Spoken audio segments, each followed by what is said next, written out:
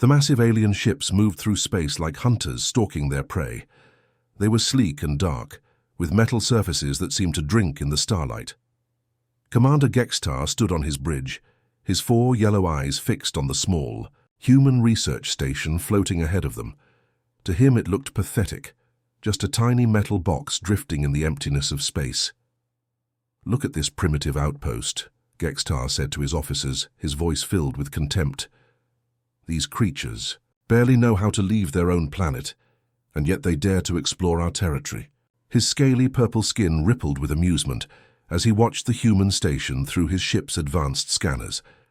The Vorthak Empire had been conquering worlds for thousands of years. They were masters of the galaxy, with technology that could destroy entire solar systems. Their bodies were covered in thick armor-like scales that could stop bullets. Their claws could tear through steel. They were everything that humans were not: strong, deadly, and seemingly invincible. Inside the research station, Dr. Kim Dae-ho felt his heart racing as he watched the alien ships surround them. The ships were beautiful in a terrifying way, like deadly flowers blooming in the darkness of space. He pressed his hands against the cold glass of the observation window, knowing that these might be his last moments of freedom. "Mina, are you getting any response to the distress signal?" he called out to his colleague, Dr. Park Mina, who was frantically working at the communication console. Her fingers flew over the controls, sending out desperate calls for help into the vast emptiness of space. "Nothing," she replied, her voice tight with fear. "Earth is too far away. Even if they received our signal, help won't come for months." She looked up at Dae-ho with tears in her eyes. "I'm sorry, Dae-ho. I should have listened to you about staying closer to home." The research station had been studying strange energy readings near the edge of human space. It was supposed to be a routine mission: collect data, make some discoveries, and return home with new knowledge about the universe. None of them had expected to encounter an alien empire that viewed humans as nothing more than animals to be captured and used. Suddenly, the station shook violently as the Vorthak ships attached themselves to the hull. The lights flickered, and emergency alarms began blaring throughout the corridors. Dr. Lee Jinwoo and Dr. Choi So-young ran into the observation deck, their faces pale with terror. "They're cutting through the hull," Jinwoo gasped. "We've got maybe 5 minutes before they break through." Dae-ho gathered the 23 researchers and engineers around him. These were Earth's best and brightest, scientists who had dedicated their lives to understanding the mysteries of the universe. Now they were about to become slaves to creatures they had never imagined could exist. "Listen to me carefully," Dae-ho whispered urgently. "Remember everything we learned about human history in school.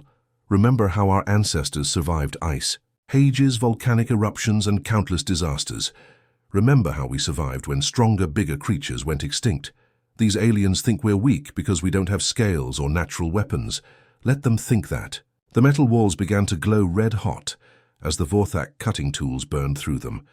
Strange, acrid smoke filled the air, making everyone cough and cover their faces. Through the growing holes in the hull, they could see hulking figures in dark armor moving toward them. The Vorthak soldiers were terrifying to behold. They stood nearly 8 feet tall, with thick purple scales covering their bodies. Their faces were angular and predatory, with rows of sharp teeth and those distinctive 4 yellow eyes that seemed to glow in the dim light. They moved with the confidence of apex predators who had never met anything they couldn't dominate. "Specimens secured," one of the soldiers reported in a voice that sounded like grinding stone. 23 units of species 7739. Physical assessment confirms preliminary reports. Weak bone structure, soft tissue exterior, no natural defensive capabilities. The humans were herded like cattle into metal containers that barely had enough room to stand. The containers were cold and dark, with only small air vents to let in oxygen. As the transport ships prepared to leave, Mina caught Dae-ho's eye through the gaps in their separate containers. "Remember what you said about our ancestors," she whispered. "They survived everything the universe threw at them. We will too." Commander Gextar filed his official report that day with satisfaction. He had added 23 new slaves to the Empire's workforce. These humans would be distributed across various mining colonies, where they would spend the rest of their short lives digging precious metals and crystals from hostile worlds. As he finished his report, Gextar allowed himself a moment of pride. The Vorthak Empire now controlled over 90 different species across the galaxy. Each conquest had been easier than the last, as word of their power spread and resistance became futile. These humans would be no different, just another entry in the long list of species that had fallen before Vorthak might. But as the transport ships carried their human cargo toward the mining worlds, Gextar could not have known that he had just made the greatest mistake in his empire's history. He had captured not just 23 individuals, but 23 representatives of the most dangerous species the galaxy had ever produced, a species that had earned its place at the top of Earth's food chain not through strength or natural weapons, but through something far more deadly: the ability to adapt, survive, and overcome any obstacle the universe could create. The Vorthak Empire's doom had just begun. The crystal mines of Hethmor were a nightmare carved into living rock. Deep beneath, the planet's surface, where the air was thick with dust and the temperature never dropped below scorching, human prisoners worked 16-hour shifts under the watchful eyes of their Vorthak captors. The crystals they mined powered the Empire's vast war machine, and every day thousands of tons were extracted by slaves from dozens of conquered worlds. But something strange was happening in the human section of the mines. Park Mina wiped the sweat from her forehead as she hefted another heavy crystal into the transport cart. 6 months ago, she had been a respected scientist studying alien life forms. Now she was prisoner number 7739-15, dressed in rough prison clothes and covered in mining dust, but her mind had never stopped working. "The Vorthak have a fascinating biology," she whispered to Li Jinwu as they worked side by side in the dim tunnels. "Their scales aren't just for protection, they're connected to their nervous system. That's why they move so stiffly. Every scale has to coordinate with the others." Jinwu nodded, pretending to focus on his work while listening carefully. Around them, other human prisoners were doing the same thing, working hard enough to avoid punishment, but always listening, always learning. This had become their secret ritual during the long months underground. The Vorthak overseers expected their slaves to be broken by now. Most species lasted only a few months before their spirits were completely crushed. The strong ones might rebel once or twice, but they were quickly beaten down or killed as examples to the others. The weak ones simply gave up and died. Humans were doing something completely different. Overseer Vrakthon stalked through the tunnels, his heavy footsteps echoing off the stone walls. He was a typical Vorthak, 8 feet tall, covered in thick purple scales with 4 yellow eyes that missed nothing. He had been managing slave operations for over 50 years, and he knew how to break any species that dared to resist the Empire. But these humans puzzled him. "They work harder than any species I've seen," he reported to his supervisor during their weekly meeting. "Their productivity has actually increased over the past month. They rarely complain. They help each other without being ordered to, and they seem to have developed some kind of communication system." His supervisor, a scarred veteran named Gorthak, wasn't impressed. "Herd behavior," he grunted. "Some species develop pack mentalities when stressed. As long as they keep working, it doesn't matter." What neither Vorthak realized was that the humans were playing a much deeper game. During their brief meal breaks, when the overseers retreated to their air-conditioned observation posts, the humans would gather in small groups. Mina had become their unofficial leader, sharing everything she had learned about their captors during her months of careful observation. "Look at how they organize their shifts," she explained to Choi So-young and a group of other prisoners. "The same overseers work the same sections every day. They never rotate positions. That's not security, that's rigid thinking." So-young, who had been an engineer before her capture, added her own observations. "Their equipment is incredibly advanced, but they don't understand how it works. I've watched them call technicians for simple repairs that any human mechanic could fix in minutes." The information was passed from group to group, prisoner to prisoner, until every human in the mines knew exactly how many overseers worked each shift, which routes they took through the tunnels, and what weapons they carried. They learned which Vorthak were cruel, and which were merely following orders. They discovered that the Empire's strength came from technology, not intelligence. Most importantly, they learned that the Vorthak had never faced an enemy like humanity. Every species they've conquered fell into one of two categories, Mina explained during one of their secret meetings. Either they were too weak to fight back, or they were strong but fought conventionally. Armies against armies, fleets against fleets. The Vorthak always won because they had better technology and more resources. Dr. Yun Taimin, who had been quietly studying the mining equipment, looked up from his meal. What makes us different? Mina smiled grimly. We're neither weak nor conventional. We're adaptive. On Earth, we didn't survive because we were the strongest or fastest. We survived because we could change our tactics, learn from our mistakes, and find new solutions to old problems. The humans had been doing exactly that for 6 months.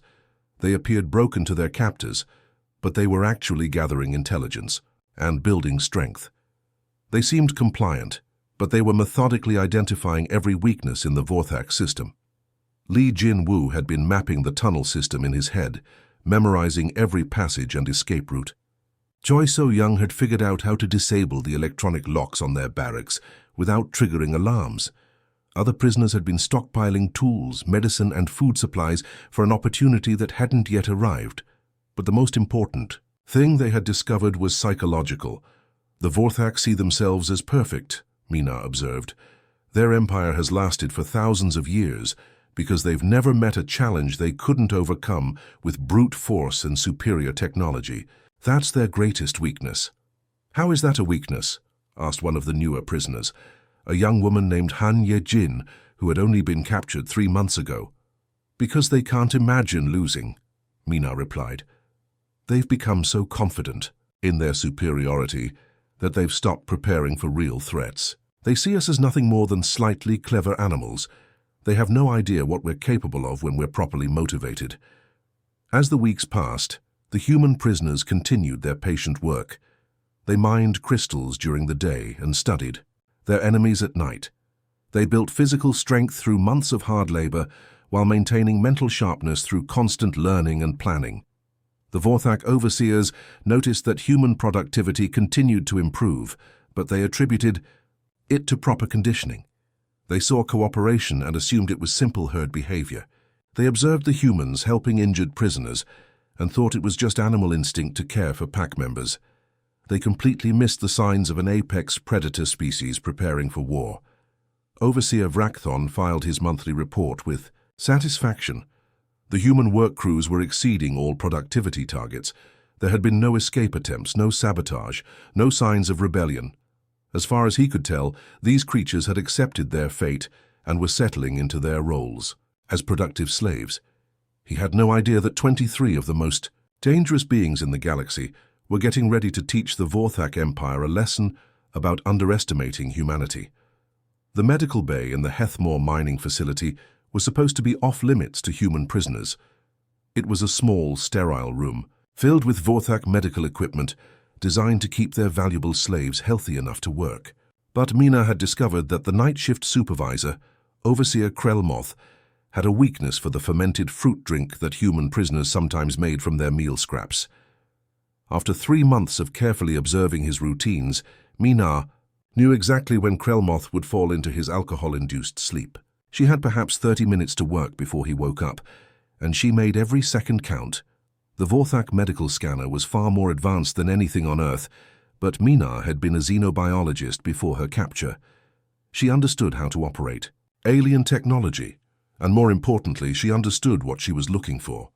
Over the past weeks, she had been secretly collecting tiny samples whenever a Vorthak overseer got too close. A flake of shed skin here, a drop of saliva there, even microscopic particles from their breathing apparatus. What she discovered in those samples changed everything. Taimin, you need to see this, she whispered urgently during their next meal break. Yun Taimin was an engineer who had been working on understanding the mining equipment, but he also had a background in biotechnology. Together, they made a perfect team for what Mina had in mind. The Vorthak immune system is incredible, she explained in hushed tones, pretending to eat while other prisoners kept watch for overseers. They've eliminated almost every disease from their biology through genetic engineering. Cancer, viral infections, bacterial diseases. They're immune to all of it. Taemin frowned. That sounds like a good thing for them. That's what I thought. At first, Mina continued. But then I realized what they've actually done. They've created an immune system that only knows how to fight specific known threats. It's like having a lock that can only be opened by keys that already exist. She leaned closer, her voice barely audible. Earth pathogens are completely unknown to their system. Their bodies have no idea how to fight diseases that evolved on our planet. What would give a human a mild cold could kill a Vorthak. The implications hit Taemin immediately. You're talking about biological warfare. I'm talking about survival, Mina corrected firmly. They enslaved us. They're working us to death in these mines. How many of our people have already died in Vorthak prison camps across the galaxy? This isn't murder. This is self-defense on a species level.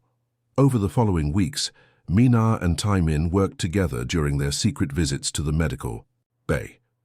Using salvaged equipment and improvised tools, they began modifying a simple rhinovirus, the common cold that had plagued humanity for thousands of years.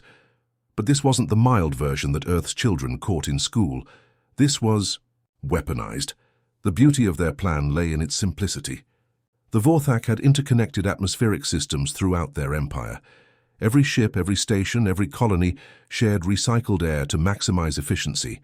What started as an infection in one location would spread everywhere within days. We need to be careful about the timing, Taemin warned as they prepared their biological weapon.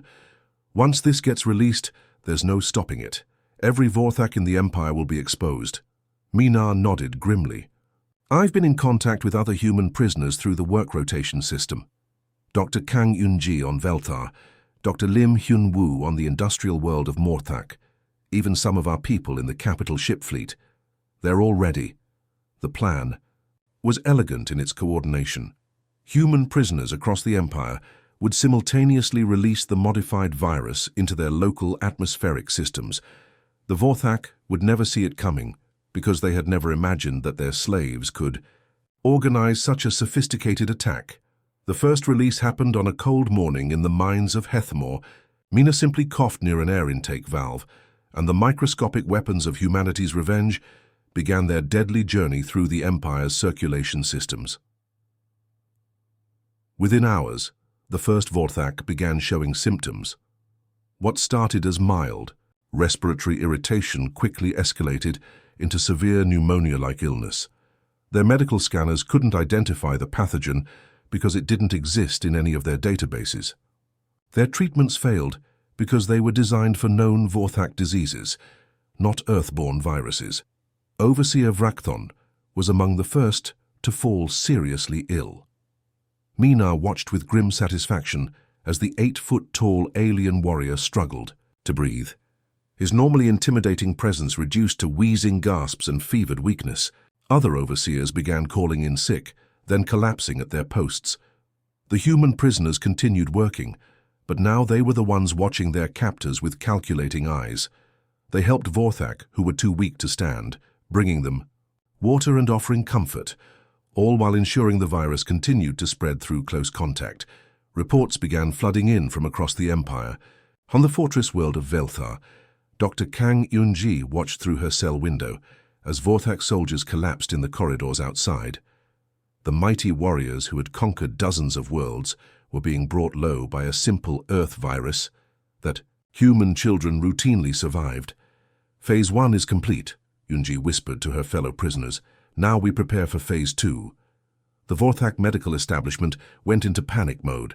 Emergency protocols were activated across the Empire as the Terran plague spread faster than their most pessimistic projections. Their advanced medical technology, capable of performing miraculous surgeries and curing genetic diseases, proved completely useless against humanity's biological warfare. Dr. Lim Hyun-woo, imprisoned on the industrial world of Morthak, had managed to tap into the Vorthak communication networks. He listened with growing excitement as reports came in from military commanders, medical officers, and colony administrators. The plague was everywhere, affecting every level of Vorthak society. "Their command structure is breaking down," he reported to other human prisoners through their secret communication network. "Military units are operating at 30% strength. 3 major colonies have gone completely dark. Even the capital. Fleet is requesting emergency medical assistance." But the most important development was psychological. For the first time in their empire's history, the Vorthak were facing an enemy they couldn't see, couldn't fight, and couldn't defeat with superior technology. The invincible conquerors were discovering what it felt like to be helpless. Commander Gexter, the same officer who had captured the original human research team, lay dying in his medical bay as his body fought a losing battle against Earth's common cold. His 4 eyes, once bright with predatory confidence, were now dim with fever and confusion. "How?" he whispered to his medical officer. "How are these primitive creatures doing this to us?" The medical officer had no answer.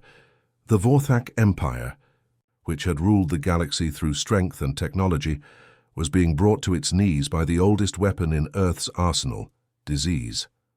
The same biological processes that had shaped human evolution for millions of years were now reshaping the balance of power across the galaxy.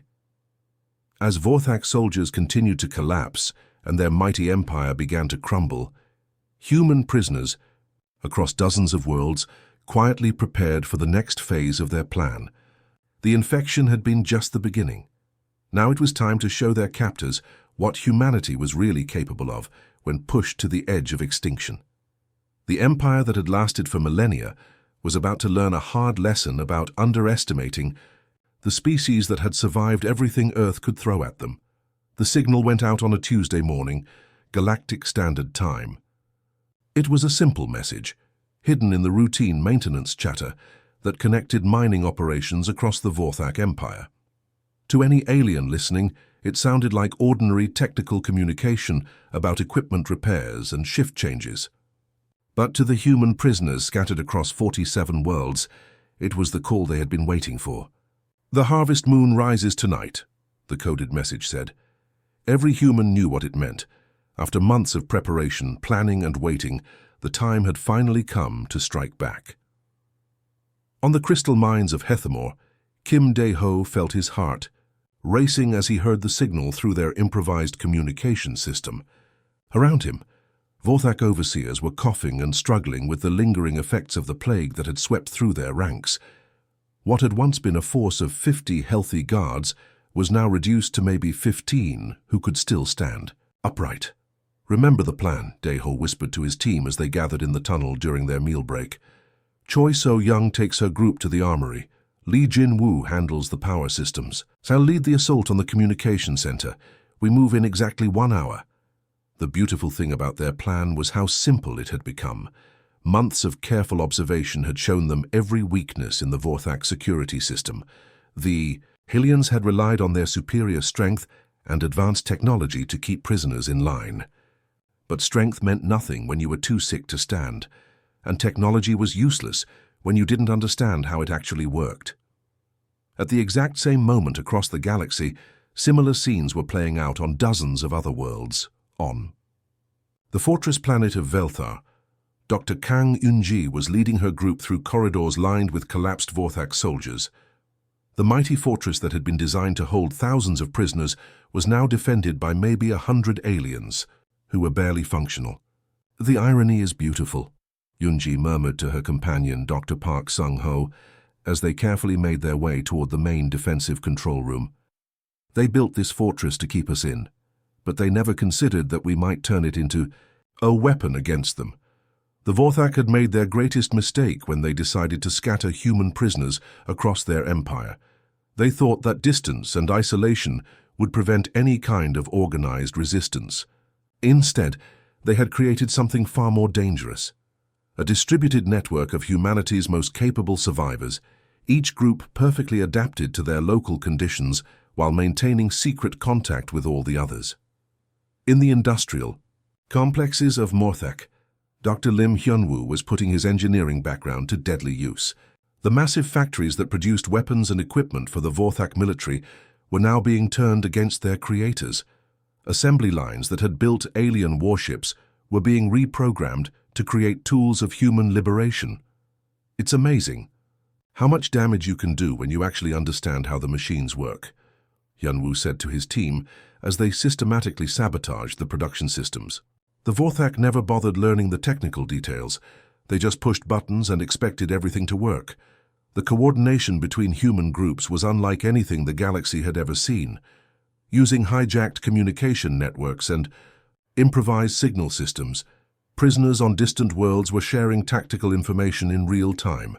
A breakthrough on one planet was immediately transmitted to groups on dozens of other worlds, allowing them to adapt and improve their own operations.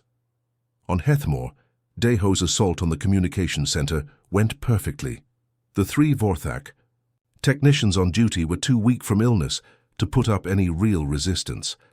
Within minutes, the humans had control of the entire planetary communication network and were broadcasting coordination signals to rebel groups across the sector. "This is incredible," said Dr. Han Yejin, who had been monitoring alien military communications.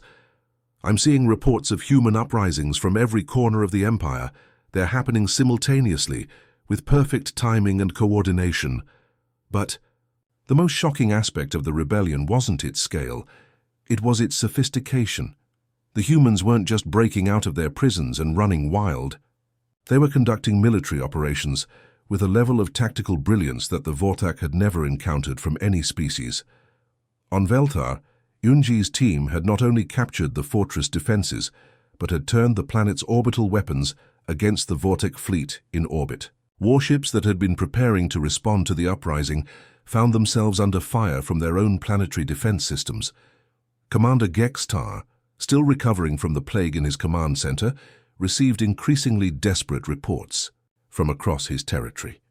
His once mighty empire was collapsing in real time, brought down by creatures he had dismissed as primitive animals. "Sir, we're getting reports of coordinated attacks on 17 more worlds," his aide gasped, purple blood staining his uniform as he struggled to breathe.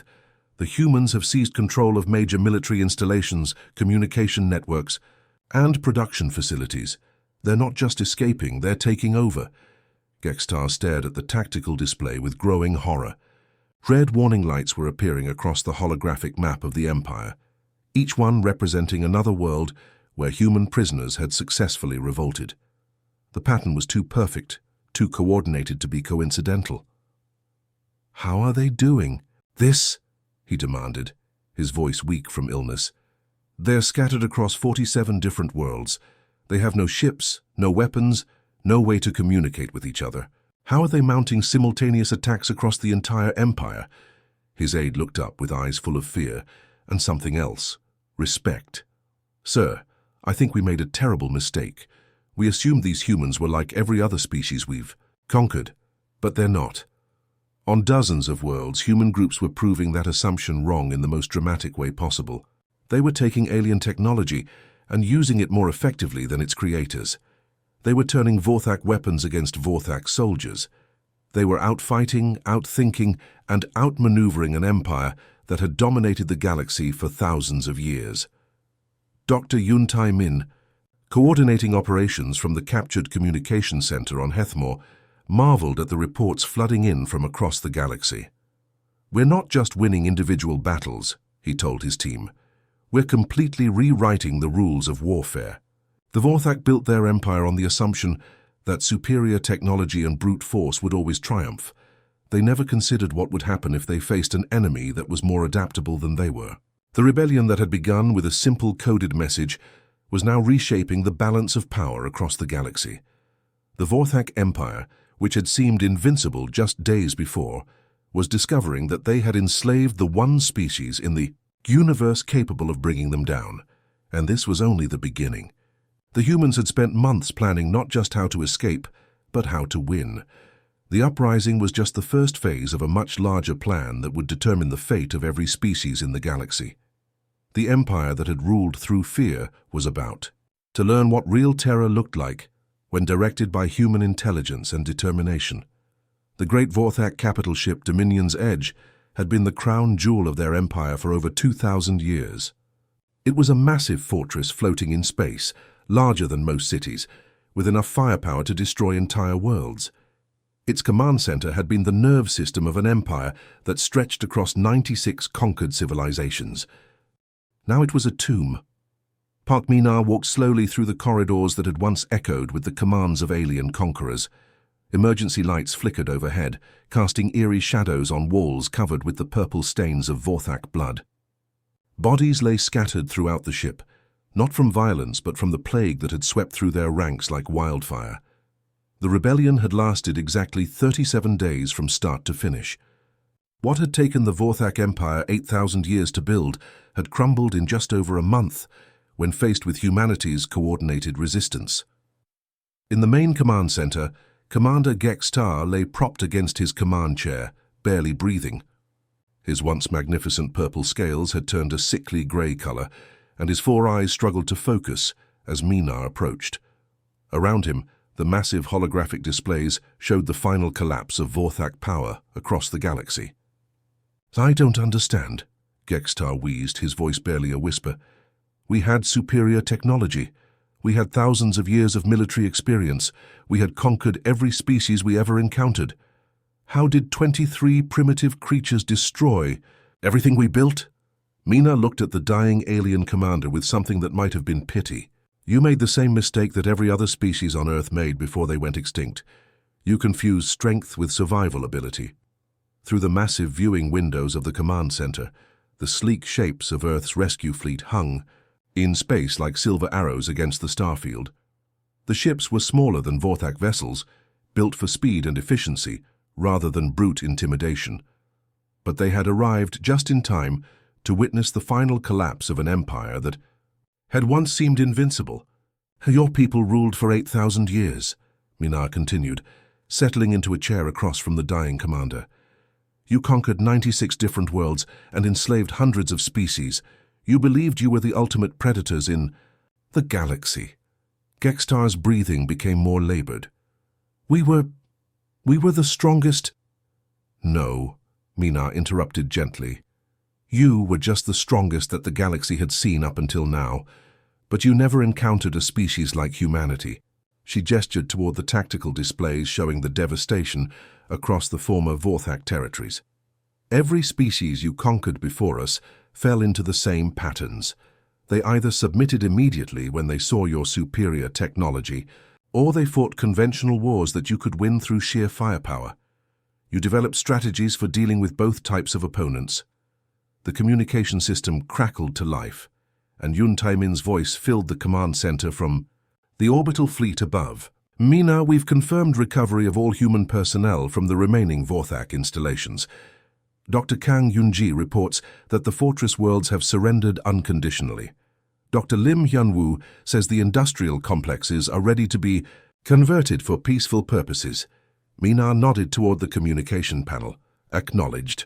Begin broadcasting the Terran Defense Council's terms to all surviving Vorthak colonies." Gextar struggled to lift his head. "Terms? What terms?" "The same terms we offer to every species we encounter," Mina replied.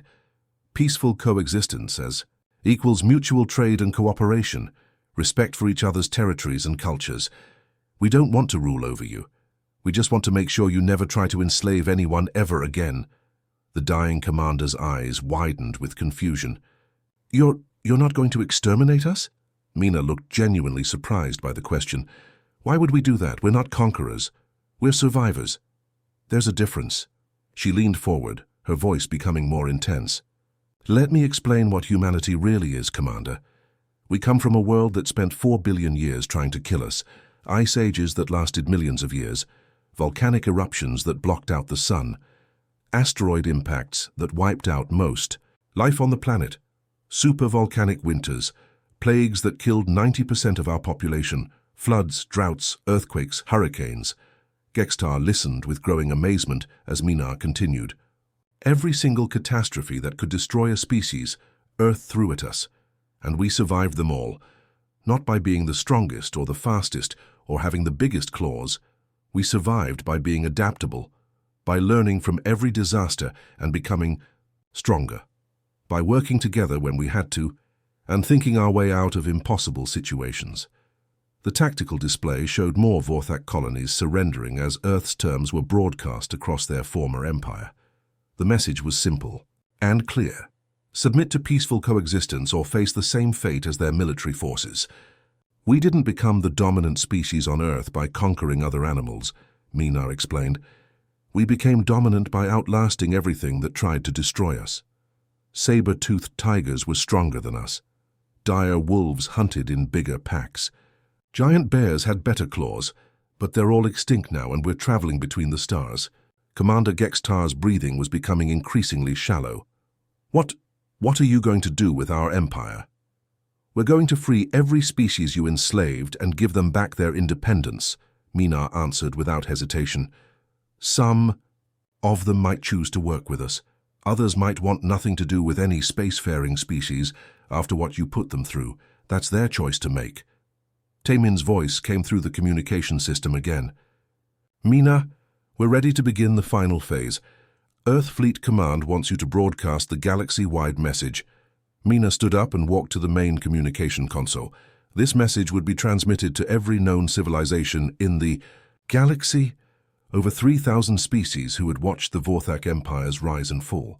Attention all civilizations, she began, her voice carrying clearly through space to reach every corner of the galaxy. This is Dr. Park Minar of the Terran Defense Council, speaking on behalf of humanity. We are broadcasting from the former capital ship of the Vorthak Empire, which has unconditionally surrendered after their attempt to enslave our people. She paused, letting the significance of that statement sink in across thousands of worlds. Humanity officially announces our entry into the galactic community. We seek peaceful relationships, mutual trade, and cooperative exploration of the universe. We have no desire to conquer or rule over other species. We offer friendship to any civilization that approaches us with honest intentions. The message was being received on planets across the galaxy, translated into thousands of languages, and analyzed by civilizations that had never heard of humanity before this moment. However, Mina continued, her tone becoming more serious, to any species considering hostile action against humanity or our allies, we offer this advice. Ask the Vorthak how their attempt at enslaving humans worked out for them. Behind her, Commander Gextar closed his four eyes for the final time, taking with him the last remnants of an empire that had ruled the galaxy for millennia. The message ended, and space fell silent around the human fleet. Across the galaxy, 3,000 civilizations received humanity's first official communication with the wider universe.